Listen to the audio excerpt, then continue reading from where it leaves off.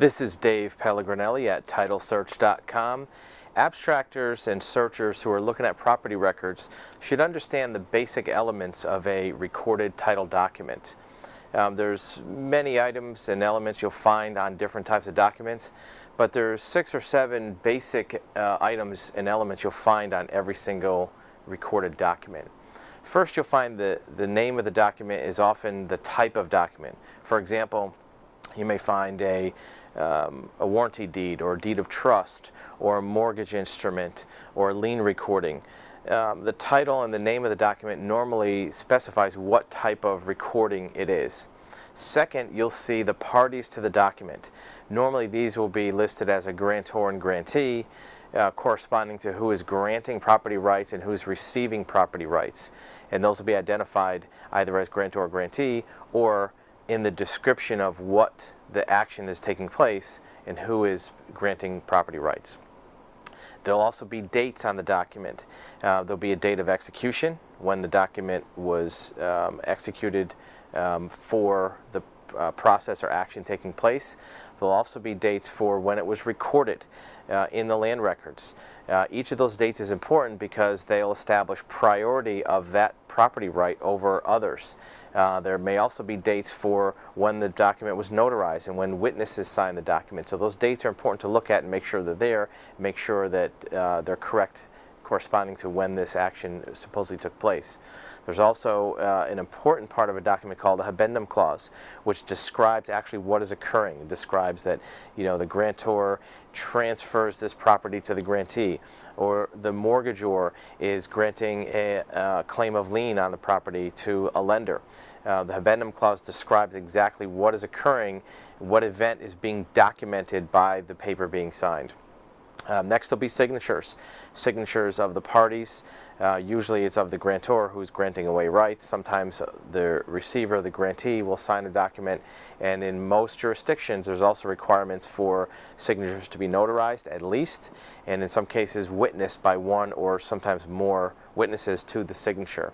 Those signatures of notary and of the witnesses will have identification, will have a printed name. The notary will have the date of their commission and other information about that notary. There'll also be a section for the recording notice, when that document was recorded in the land records, in what jurisdiction. It'll have a document number, sometimes a book and page. Some counties or jurisdictions use a year and document number system.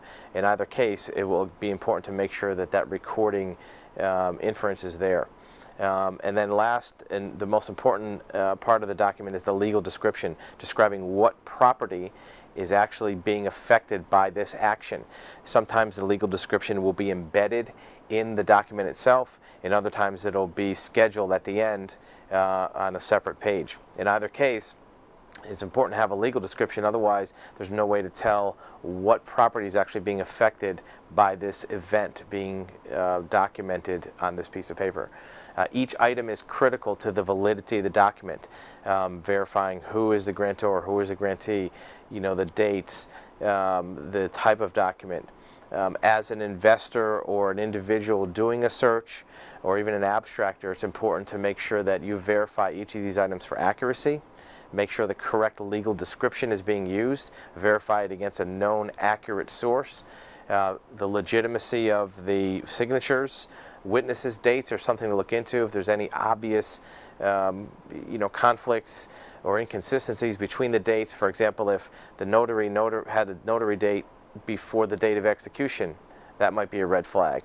If the recording date is before the date of execution, that could be a red flag. So as you're abstracting documents and doing title searching of recorded items, instead of just jotting down and taking them at face value, it's worth a look to make sure that these are accurate and legitimate elements in the document. 99% of the time, they'll be correct.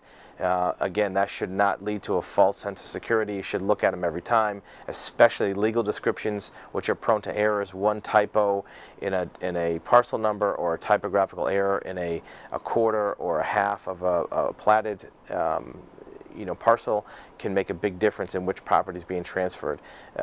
typographical errors in names, in dates are also things to look at. Again, elements of recorded documents are more important than just what you find in the index.